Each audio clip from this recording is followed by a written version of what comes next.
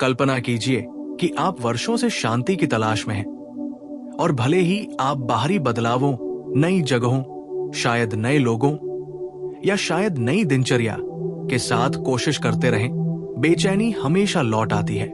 यही मौन जाल है। आज मैं आपको उस छिपी हुई भूल से अवगत कराना चाहता हूं जो आपकी शांति छीन लेती है। और आश्चर्य की बात यह है कि ये आपके बाहर नहीं बल्कि आपके मन की गहराई में है। बुद्ध ने सिखाया कि दुख हमारे साथ जो होता है उससे नहीं बल्कि इस बात से आता है कि हम अपरिहार्य से कैसे चिपके रहते हैं और उसका विरोध करते हैं। वो अदृश्य आसक्ति, ये चाहत कि सब कुछ वैसा ही हो जैसा हम चाहते हैं, यही हमें शांति से वंचित करती है। जो बदलता है उससे चिपके रहना अपने हाथों से पानी को थामे रखने जैसा है। आप जितनी ज्यादा कोशिश करेंगे वो उतना ही फिसलता जाएगा। अपने साथ ईमानदार रहें। आपने कितनी बार ये सोचा कि अगर वो व्यक्ति वापस आ जाए या वो नौकरी बेहतर हो जाए या वो स्थिति बदल जाए तो आप अंतर शांति से रहेंगे। लेकिन जब आपने वो हासिल कर लिया जो आप चाहते थे, तब भी बेचैनी लौट आई। ऐसा इसलिए होता है क्योंकि गलती आपके बाहर नहीं बल्कि मन के फंसने और विरोध करने के तरीके में है। दाम्पत्य कहता है, जो स्वयं पर विजय प्राप्त कर लेता है वही अंतिम विजेता है, और यही सच्ची लड़ाई है। दूसरों के विरुद्ध नहीं बल्कि अपने ही आसक्त मन के विरुद्ध। और यही इस वीडियो का वादा पूरा होता है। अगर आप अंत तक मेरे साथ बने रहेंगे तो आप न केवल उस छिपी हुई भूल को समझेंगे बल्कि ये भी जानेंगे कि उसे कैसे त्यागना है, आसक्ति को मुक्ति में और प्रतिरोध को स्वीकृति में कैसे बदलना है। ये धार्मिक हठधर्मिता के बारे में नहीं है, ये आपके बारे में है, आपके जीवन के बारे में है और उस शांति को पुनः प्राप्त करने के बारे में है जो हमेशा दूर लगती है लेकिन जिसने वास्तव में आपको कभी नहीं छोड़ा। वीडियो के साथ बने रहें क्योंकि अंत में आप आज से ही शांतिपूर्वक जीवन जीने की एक सरल और अत्यंत शक्तिशाली बौद्ध विधि की खोज करेंगे।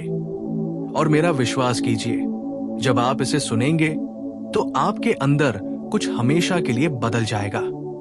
अब मैं आपको यह पहचानने का पहला कदम बताता हूं कि यह भूल कहां छिपी है। क्या आपने कभी महसूस किया है कि आपका मन शांत नहीं है जबकि आपके आसपास सब कुछ शांत दिखता है?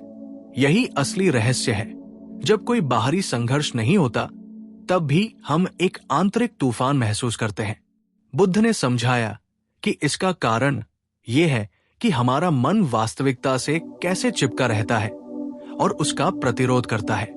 ये बाहर क्या होता है ये नहीं है बल्कि ये है कि हम उसकी व्याख्या कैसे करते हैं और उसे नियंत्रित करना चाहते हैं। कल्पना कीजिए कि आप पूरी ताकत से एक रस्सी पकड़े हुए हैं। अगर कोई दूसरा सिरा खींचता है तो आपको दर्द होता है, लेकिन अगर आप छोड़ देते हैं तो तनाव तुरंत गायब हो जाता है।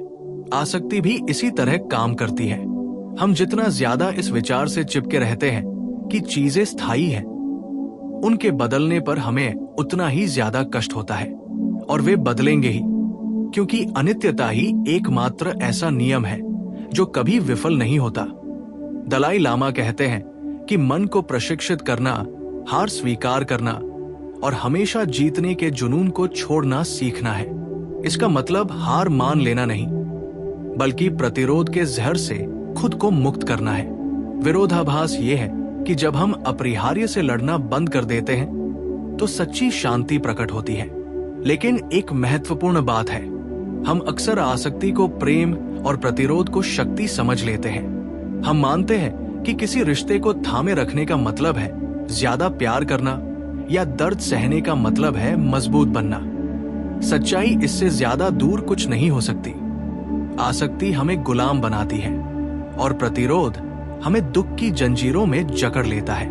बुद्ध ने सिखाया कि हमारा मन एक महासागर है और जब हम आसक्ति और प्रतिरोध से इसे विचलित करते हैं तो लहरें विशाल प्रतीत होती हैं। लेकिन अगर हम छोड़ना सीख जाते हैं तो पानी अपनी स्वाभाविक अवस्था में लौट आता है, स्वच्छ, गहरा और शांत। अब अगर आसक्ति और प्रतिरोध ही दुख की जड़ है तो हम उन्हें अपने दैनिक जीवन में कैसे पहचान सकते हैं? उन छोटे छोटे हाव भावों और विचारों में जो हानिरहित तो लगते हैं लेकिन हमारी शांति छीन लेते हैं। यही वो कुंजी है जिसे हम अगले भाग में प्रकट करेंगे। इस पर विचार करें। यदि आप किसी रिश्ते से इसलिए चिपके रहते हैं क्योंकि आपको उसे खोने का डर है, या आप कार्यस्थल में किसी बदलाव का विरोध करते हैं क्योंकि आप उस सुरक्षा को नहीं खोना चाहते जो आपको लगता था कि आपके पास है, तो दोनों ही स्थितियों में आपका मन एक अदृश्य कारागार बना लेता है। यही छिपी हुई भूल है, ये मानना कि शांति बाहरी नियंत्रण पर निर्भर करती है, जबकि वास्तव में ये आंतरिक को छोड़ देने से आती है। लामा ने सिखाया कि हम स्वयं अपने चिकित्सक हैं, क्योंकि हमारे दुख का मूल मन में है, परिस्थितियों में नहीं। हर बार जब आप किसी और को दोष देते हैं या सोचते हैं कि अगर ये बदल जाए तो वे अधिक खुश होंगे, तो आप भ्रम को मजबूत कर रहे हैं, और भ्रम हमेशा निराशा में समाप्त होता है। आसक्ति सूक्ष्म रूपों में प्रकट होती है। ये चाहना कि कोई आपके बारे में अच्छा सोचे, ये उम्मीद करना कि आपके बच्चे आपके सोचे हुए रास्ते पर चलें, या ये चाहना कि चीजें आपकी योजना के अनुसार ही हों। प्रतिरोध तब भी प्रकट होता है जब आप किसी नुकसान के दर्द को नकारते हैं, जब आप खुद से कहते हैं तुम्हें ऐसा महसूस नहीं करना चाहिए, या शायद तब जब आप जो हो चुका है उसके खिलाफ लड़ते हैं। दोनों ही पैटर्न सामान्य लगते हैं, लेकिन ये बेड़िया है जो चुपचाप आपको दबाती रहती है। बुद्ध ने इस संघर्ष की तुलना आग पर पेट्रोल डालकर उसे बुझाने की कोशिश से की थी। जितना ज्यादा आप बेकाबू को नियंत्रित करने की कोशिश करते हैं, उतना ही ज्यादा आपका मन जलता है, और यही गहरी शिक्षा है।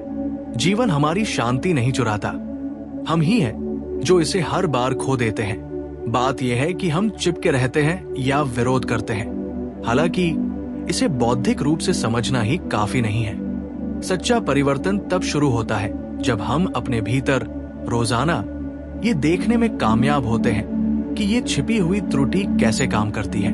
तभी हम खुद को मुक्त करना शुरू कर सकते हैं, और यही वो प्रश्न उठता है जो सब कुछ बदल सकता है।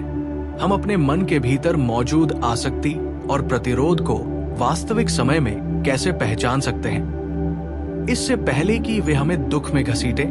यही वो रास्ता है जिस पर हम इस वीडियो के अगले भाग में चर्चा करेंगे। अपने जीवन का अवलोकन करें। कितनी बार आपकी शांति घटित घटनाओं से नहीं, बल्कि आपके मन द्वारा बताई जाने वाली कहानी से भंग हुई है। हो सकता है कि आपके साथी को किसी संदेश का जवाब देने में थोड़ा समय लगे और आप पहले से ही परित्याग की कल्पना कर रहे हो सकता है कि आपका बॉस आपसे बात करने के लिए कहे और आपको तुरंत लगे कि कुछ बुरा होने वाला है। वहीं ठीक उसी क्षण आसक्ति और प्रतिरोध प्रज्वलित होते हैं। आसक्ति की मांग है कि सब कुछ आपकी इच्छा के अनुसार हो, और प्रतिरोध जो पहले से है उसे अस्वीकार करता है। दोनों एक ही मूल से उत्पन्न होते हैं, ये मानने की अज्ञानता कि आप बेकाबू को नियंत्रित करते हैं। दाम्पत्य कहता है, घृणा घृणा से नहीं बल्कि प्रेम से समाप्त होती है। इसी प्रकार दुख अधिक नियंत्रण से नहीं बल्कि समझ और त्याग से समाप्त होता है। आप इसे वास्तविक समय में कैसे पहचानते हैं? शरीर और मन के संकेतों पर ध्यान दें। आसक्ति चिंता की तरह महसूस होती है और कहते हैं कि मुझे चाहिए कि ये अभी खत्म हो। प्रतिरोध तनाव, क्रोध या इनकार के रूप में प्रकट होता है। जब आप इन संवेदनाओं को महसूस करें तो मानसिक कहानी का अनुसरण करने के बजाय शांति से देखें और खुद से पूछें, मैं किससे चिपका हुआ हूं या किससे इनकार कर रहा हूं। लामा रिनपोचे ने सिखाया कि समस्याओं की जड़ मन का नकारात्मकता को पकड़ने और जो वो नहीं चाहता उसे अस्वीकार करने पर अड़ा रहना है। इस आंतरिक हलचल का पता लगाना एक अंधेरे कमरे में रोशनी जलाने जैसा है। अचानक आपको वो साफ दिखाई देता है जो पहले आपकी आंखों के लिए अदृश्य था। लेकिन केवल उसे पहचानना ही पर्याप्त नहीं है, क्योंकि आसक्ति की आदत मजबूत और स्वचालित होती है। हमें एक ऐसे अभ्यास की आवश्यकता है जो हमें खींचे जाने के बजाय धीरे से त्यागने की अनुमति दे और यहीं पर बुद्ध की सबसे शक्तिशाली शिक्षाओं में से एक आती है। मन को प्रशिक्षित करना नश्वरता को एक मित्र के रूप में देखें, शत्रु के रूप में नहीं। अब हम सिद्धांत से व्यवहार की ओर कैसे बढ़े? हम त्रुटि को कैसे पहचाने ताकि उसे शांति के अवसर में बदला जा सके? यही वो उत्तर है जिसका उत्तर हम नीचे खोजेंगे। बुद्ध ने सिखाया कि जीवन का हर पहलू नश्वरता से चिह्नित है। जो कुछ भी जन्म लेता है वो बदलता है और बुझ जाता है। समस्या तब उत्पन्न होती है जब हम क्षण भंगुरता से ऐसे चिपके रहते हैं जैसे वो शाश्वत हो। हम चाहते हैं कि लोग अपरिवर्तित रहें, परिस्थितियां वैसी ही रहें या सुखद भावनाएं हमेशा बनी रहें। और जब वास्तविकता स्वयं को थोपती है तो हमें लगता है कि शांति हमसे दूर जा रही है। लेकिन यही कुंजी है, नश्वरता हमारा शत्रु नहीं, ये एक शिक्षक है। अगर कोई चीज चोट पहुंचाती है तो वो बदल भी जाएगी। अगर आप आज किसी तूफान के बीच में हैं, तो सूरज फिर से उगेगा। इस प्राकृतिक प्रवाह का विरोध करना उन्हें अपने नंगे हाथों से रोकने की कोशिश करने जैसा है। बुद्धिमत्ता उनसे लड़ने में नहीं, बल्कि उनसे जूझने में है। दलाई लामा ने मन को प्रशिक्षित करने की अपनी शिक्षाओं में समझाया कि सच्ची शक्ति चिपके रहने में नहीं, बल्कि मन को जीवन की गति को स्वीकार करने के लिए प्रशिक्षित करने में निहित है। हर जब भी हम किसी बदलाव को स्वीकार करते हैं, चाहे वो बड़ा हो या छोटा, हम आसक्ति की जंजीर को कमजोर कर देते हैं और उस सचेतन समर्पण में हम मुक्ति पाते हैं। खुद से पूछिए, क्या होगा अगर बदलाव से डरने के बजाय आप उसे अस्तित्व का एक स्वाभाविक हिस्सा मानकर अपना लें? अगर आप हर नुकसान को एक नई अवस्था के द्वार के रूप में देखें, तो आपके जीने का तरीका कैसे बदलेगा? यही बौद्ध मार्ग का निमंत्रण है। वास्तविकता से लड़ना बंद करो और उसके साथ बहना सीखो। आसक्ति और प्रतिरोध दो छिपे हुए चोरों की तरह हैं, जो आपके मन में घुसकर हर दिन आपकी शांति चुरा लेते हैं। लेकिन जब आप नश्वरता को समझ लेते हैं, तो आप उन्हें निष्क्रिय कर देते हैं। जीवन एक निरंतर संघर्ष नहीं रह जाता और एक नदी बन जाता है, जहां आप स्वीकृति के आंतरिक तट पर विश्राम कर सकते हैं। अब बड़ा सवाल यह है कि अगर नश्वरता अपरिहार्य है, तो हम अपने मन को उन क्षणों में दैनिक अभ्यास में कैसे जाने देना सिखा सकते हैं जब दर्द और भय तर्क से ज्यादा प्रबल लगते हैं। यही वो शिक्षा है जिसे हम अगले भाग में खोजेंगे। जाने देना का मतलब भागना नहीं है, नहीं हार मान लेना। इसका मतलब है मन को उन पुरानी आदतों से न घसीटने का प्रशिक्षण देना जो दुख पैदा करती है। बुद्ध ने सिखाया कि जिस तरह एक योद्धा अनुशासन का प्रशिक्षण लेता है, उसी तरह हमें भी प्रशिक्षण लेना चाहिए मन को ध्यान और करुणा में डुबोए।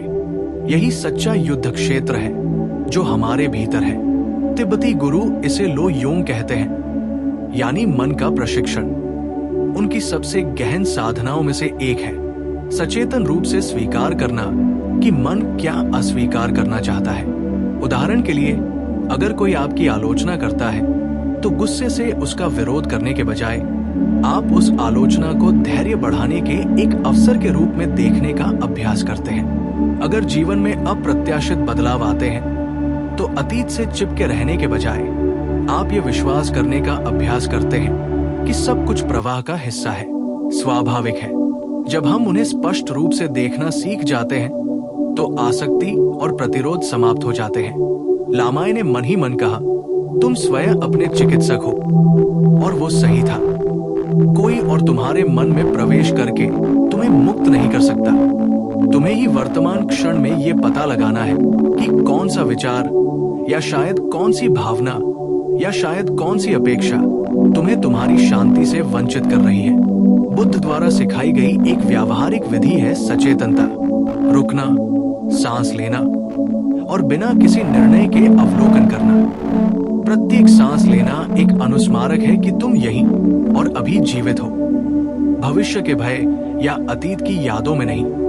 वो सरल विराम स्वतंत्रता का एक ऐसा स्थान खोलता है जहां आसक्ति अपनी शक्ति खो देती है। लेकिन इससे भी गहरी बात है स्वयं के प्रति करुणा का विकास। कई बार हम इसका विरोध करते हैं क्योंकि हम मानते हैं कि दर्द महसूस करना असफलता के समान है। हालांकि भेद्यता को स्वीकार करना ही सच्ची शक्ति की शुरुआत है। अब पहचानना और प्रशिक्षण तो बस शुरुआत है। परिवर्तनकारी प्रश्न ये है कि क्या होता है जब हम अपने मन पर भले ही एक पल के लिए काबू पा लेते हैं। आसक्ति के विलीन होने पर जो मौन रहता है, उसके पीछे हम क्या खोजते हैं, यही वो अनुभव है जिसे हम इस वीडियो के अगले भाग में खोलेंगे। जब आप अंततः काबू पा लेते हैं, भले ही एक पल के लिए भी, आपके अपने मन में कुछ असाधारण घटित होता है। गहन मौन का एक स्थान खुल जाता है, एक ऐसा शांत वातावरण जो किसी बाहरी चीज पर निर्भर नहीं करता। ऐसा लगता है मानो लहरें टकराना बंद हो गई और आपको अचानक पता चला कि नीचे हमेशा एक शांत सागर था। वो क्षण उस शांति की एक झलक है जिसे बुद्ध ने निर्वाण कहा था। कोई दूर का स्थान नहीं, बल्कि आसक्ति और प्रतिरोध से स्वयं को मुक्त करने का प्रत्यक्ष अनुभव। दामपद में कहा गया है कि जो स्वयं पर विजय प्राप्त कर लेता है वही अंतिम विजेता होता है। और ये आपकी भावनाओं के विरुद्ध संघर्ष नहीं है, बल्कि उन्हें समझना, उन्हें गले लगाना और उन्हें जाने देना है। आंतरिक विजय किसी को घायल नहीं करती, कोई आक्रोश नहीं, केवल स्पष्टता और करुणा। कई छात्र पूछते हैं, और मैं अपने दैनिक जीवन में इससे क्या प्राप्त करता हूं? उत्तर सरल है, आपको स्वतंत्रता मिलती है। जब आप हानि के भय या नियंत्रण के जुनून से बंधे नहीं होते, तो आप बिना किसी बंधन के प्रेम कर सकते हैं, बिना किसी चिंता के काम कर सकते हैं और हल्के मन से जी सकते हैं। शांति एक दूर का आदर्श नहीं रह जाती और आपकी स्वाभाविक अवस्था बन जाती है। लेकिन एक बात है जिस पर बुद्ध ने जोर दिया था, ये शांति एक साथ और हमेशा के लिए प्राप्त नहीं होती। ये एक निरंतर प्रशिक्षण, एक लौ को जलाए रखने जैसा है। यदि आप अभ्यास की उपेक्षा करते हैं तो आसक्ति और प्रतिरोध और भी प्रबल हो जाते हैं। इसलिए प्रत्येक दिन थोड़ा और त्याग करने, थोड़ी और स्पष्टता विकसित करने का अवसर है। कल्पना कीजिए कि हर सुबह आप ये जानते हुए जागे कि चाहे कुछ भी हो जाए, आपके भीतर शांति का एक अछूता स्थान है। ये निश्चितता समस्याओं, दुखों, यहां तक कि मृत्यु का सामना करने के आपके तरीके को बदल देती है। अब यदि वो शांति इतनी निकट और इतनी वास्तविक है, तो हम आसक्ति और प्रतिरोध के जाल में क्यों फंसते रहते हैं? क्या कारण है कि हम इस सरल सत्य को बार बार भूल जाते हैं? यही वो प्रश्न है जो आगे हमारा मार्गदर्शन करेगा। हम बार बार आसक्ति और प्रतिरोध के जाल में फंसते हैं क्योंकि मन की एक पुरानी आदत है, अज्ञान। बुद्ध ने सिखाया कि अज्ञान बुद्धि की कमी नहीं है, बल्कि वास्तविकता के वास्तविक स्वरूप का अज्ञान है। हम मानते हैं कि वस्तुएं, लोग और भावनाएं ठोस, स्थायी हैं और हमारी हैं। यही भ्रम दुख का मूल है। संत देव ने इसे स्पष्ट रूप से समझाया। ये ऐसा है जैसे आप सपना देख रहे हो कि आपके पास एक खजाना है, और जब आप जागते हैं तो आपको दुख होता है कि वो मौजूद नहीं है। हम इसी तरह जीते हैं, भ्रमों से चिपके रहते हैं और अपरिहार्य का विरोध। हमारा मन कहानियां गढ़ता है और हम उन्हें सत्य से भी ज्यादा शक्ति देते हैं। लामा रिनपोछे ने सिखाया कि मन हमारी अनुभूतियों को विकृत कर देता है। जो सुखद है उसे बढ़ा चढ़ाकर और जो दुखद है उसे बढ़ा चढ़ाकर पेश करता है। इस प्रकार हम अतिवाद में फंस जाते हैं, जुनूनी रूप से उस चीज की इच्छा करते हैं जो स्थायी नहीं है, और जो अनिवार्य रूप से आती है उससे तीव्र घृणा करते हैं। अज्ञानता दोनों ही गतिविधियों को बढ़ावा देती है, और जब तक हम इसे पहचान नहीं पाते, हम दुख के चक्र में फंसे रहेंगे। यहीं पर बुद्ध की एक प्रमुख शिक्षा सामने आती है, शून्यता। हम जो कुछ भी अनुभव करते हैं उसमें स्वतंत्र अस्तित्व का अभाव होता है। सब कुछ कारणों और परिस्थितियों से उत्पन्न होता है। इसे समझना कोई दार्शनिक खेल नहीं है, ये सबसे मुक्तिदायक साधन है। जब आप समझ जाते हैं कि कुछ भी स्थिर या आपका नहीं है, तो आसक्ति कमजोर हो जाती है, क्योंकि आप जानते हैं कि किसी भी चीज पर वास्तव में कब्जा नहीं किया जा सकता और प्रतिरोध समाप्त हो जाता है, क्योंकि आप जानते हैं कि सब कुछ बदलता रहता है। समस्या ये है कि ये सत्य अक्सर इतना अमूर्त लगता है कि उसे रोजमर्रा की जिंदगी में लागू नहीं किया जा सकता। इसीलिए गुरु सरल उदाहरणों पर जोर देते हैं। वो फूल जो मुरझा जाता है, वो भावना जो फीकी पड़ जाती है, या वो व्यक्ति जो यहाँ है आज और कल चला जाएगा। ये सब हमें याद दिलाता है कि जीवन गति है और दुख उस चीज से चिपके रहने से आता है जो कभी स्थिर नहीं थी। अब अगर दुख की जड़ अज्ञानता है तो अगला सवाल लाजमी है, हम उस भ्रम से कैसे जाग सकते हैं और जीवन के बीच भी स्पष्टता से जी सकते हैं।